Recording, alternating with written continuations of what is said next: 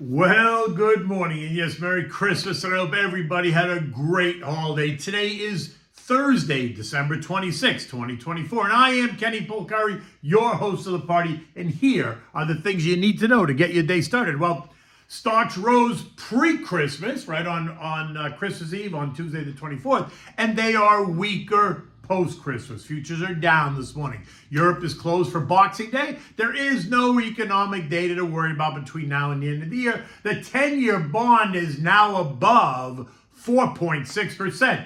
Now, trading volumes remain muted, and there's only 4 more trading days left in 2024. And what do you have for dinner today? We're going to have the shrimp Oreganata. It is a classic Italian dish. Okay, so look, stocks rose on a holiday shortened trading day, right? With markets closed at 1 p.m. on Tuesday. Volumes were anemic as many investors and asset managers were away from their desks while the ones who were at work were not making any major decisions, right? Yet, stocks rallied fairly hard because the Algos, guess what? They don't celebrate the holidays and they take advantage of the lack of volume and participation. Remember, we discussed this. When volumes are low, moves can be and most usually are exaggerated. So just sit tight. You're invested, so you're participating, right? It's all good. By the closing bell, the Dow gained 390 points, or 0.9%. The S&P up 66 points, or 1.1%. The Nasdaq gained 266 points, 1.3%. The Russell added 22 points, or 1%. The transports and the equal-weighted S&P gained 128 points and 56 points, respectively, up about 0.8%. The moves were nuts. Of the 11 S&P sectors, consumer discretionary surged by 2.3%. Amazon and Tesla make up 40% of that ETF, and both surged. Amazon up 1.7%, and Tesla zoomed ahead by 7.5%. Financials were next. The XLF up 1.2%, while Berkshire Hathaway's up 0.8%, JP Morgan's up 1.6%, Visa's up 1.1%, and they make up the top 3 holdings, equal to 30% of that ETF. The tech, the XLK was up 1%, Apple's up 1.1%, Nvidia's up 0.4%, Microsoft up 1.3%, and they're the top holdings measuring 40%. Communications, the XLC up 0.9%, Meta's up 1.3%, Google A shares and Google C shares both up 0.8%, along with Netflix up 2.3%, and that makes up 40% of the ETF. Energy up 0.8%, led by Exxon and Chevron and ConocoPhillips, which make up 43% of the total. Industrials, the XLI up 0.8%, but unlike the others, it's much better balanced, with no name being more than 4.5% of the total. The top 5 names, GE, Caterpillar, Raytheon, Honeywell, and Union Pacific, and that's only 18% of the total. Real estate, the XLE up 0.7%. PLG, EQIX, and AMT make up 25%, while consumer staples also gained 7%, with Costco, Walmart, PG, and Coca-Cola making up 33% of that. Basic materials added 0.5%. Lindy's up 21% and is 21% of that ETF, while utilities added 0.5% with Nextera, Duke, and CEG. Healthcare was up 0.4%. The top holdings there include Lilly, UNH, Johnson & Johnson, and AbbVie, making 32% of that total. Now, I say this because you have to understand your exposure. If you own, say, Apple individually, and then you own the tech ETF, then you're duplicated to your exposure in Apple, taking on more risk than maybe you realize. Or if you own Meta and then you own the XLC, you have the same issue. And if you own both the XLK and the XLC, you're also doubling up on a handful of names. So you need to understand what you own, how it interacts with the rest of your portfolio, and the risk you are taking on. And you do that by doing a risk assessment, something your advisor will do or should do. And if he or she doesn't, then you really need to consider a different advisor. Now, further down the chain, we saw retail up 0.7%, the airlines, the jets, right, JETS up 1%, disruptive tech was up 3%, the growth trade, SPYG, was up 1.3%, while the value trade, SPYV, was up 0.8%. And if you look under the sheets at the SPYG, what do you find? Nvidia, Apple, Microsoft, Meta, Tesla, Amazon, Google, garish? Now, bonds advanced just a bit. The TLT and the TLH up 0.4% and 0.25% respectively, right? But think they were oversold. But they're still down 11.5% and 8% year to date, all while bond yields explode higher. The 2-year now yielding 4.35%. Well, guess where the 10-year is? At 4.62%. Exactly what we've been discussing for weeks now. The question is, are we about to kiss 5% on 10-year yields? And if we do, what happens to stocks? Well, it's kind of a complicated question, because if rates are rising because the economy is strong, that's one argument. That's a positive. Stocks can perform well. But if rates are rising because investors are fearful of rising inflation, that's another argument, and that's a negative, and stocks will suffer.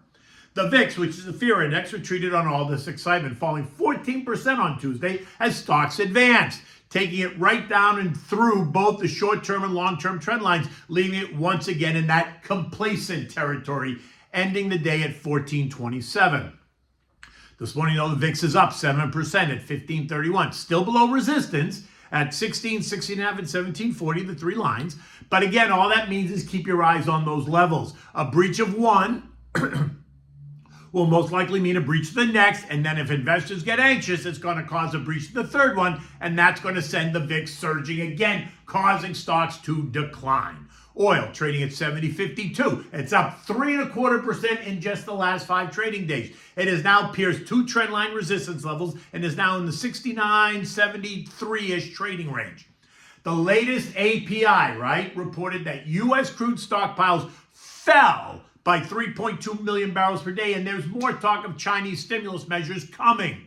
And that's giving oil traders a reason to go long. But remember, Trump wants to drill, baby, drill, bringing more supply to the markets, all while OPEC Plus is calling for weaker demand in 2025, something that I do not subscribe to. I think demand is strong and will remain strong. It's just that supply is stronger, There's an oversupply, so it's not a demand issue in my head. It's an oversupply issue, which I think is going to leave us oil trading kind of in the $66.5, $73 trading range for a while.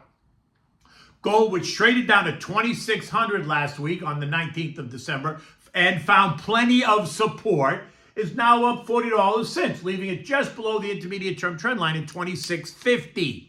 Remember, gold is sensitive to inflation and interest rates, so investors have to decide which side of the fence they're on. Are they because holding gold is not an issue at all, but let's see how the whole inflation economy thing plays out, If inflation rears its ugly head, then investors will flock to gold as a hedge. But if inflation remains in control, but rates advance because of a strong economy, then gold will underperform. So you need to understand that, make your decision, sit tight. Holding gold is never an issue. U.S. futures this morning are down. Dow futures are down 160 points. The S&P is down 24. The Nasdaq's down 65. The Russell is off by 10 points. It is still a holiday shortened week. Christmas is behind us, yet the new year is in front of us. Volumes are going to remain muted until Monday, Tuesday next week. So moves will be exaggerated, Think Tuesday strong advance.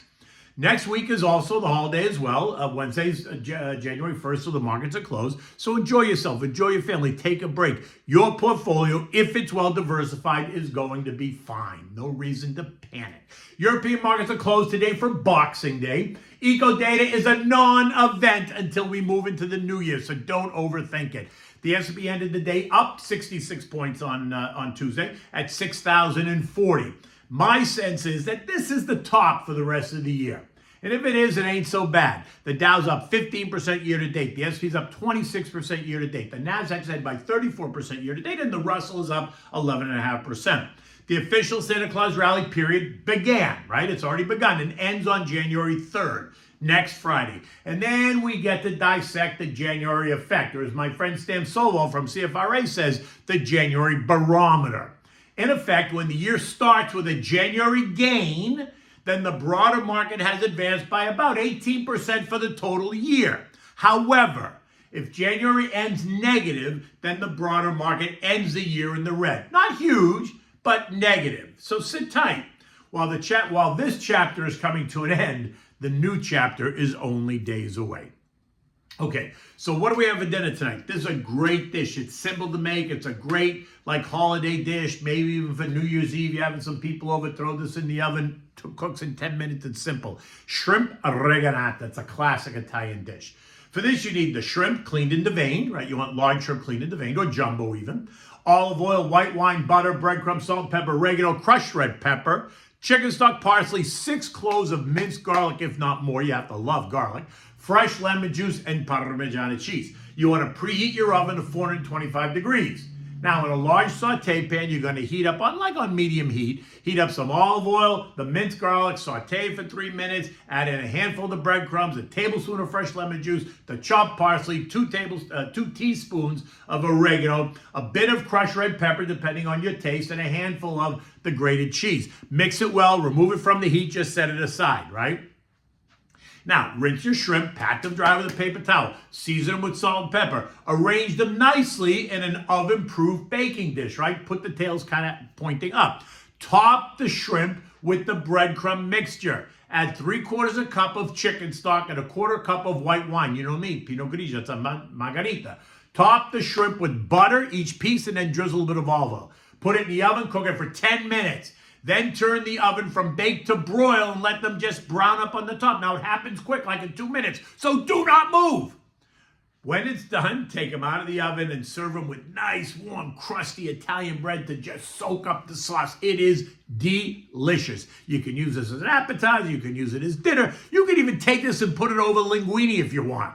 You can't really mess it up. It is a perfect dish and so simple to make, and your guests will love it. Until tomorrow, take good care.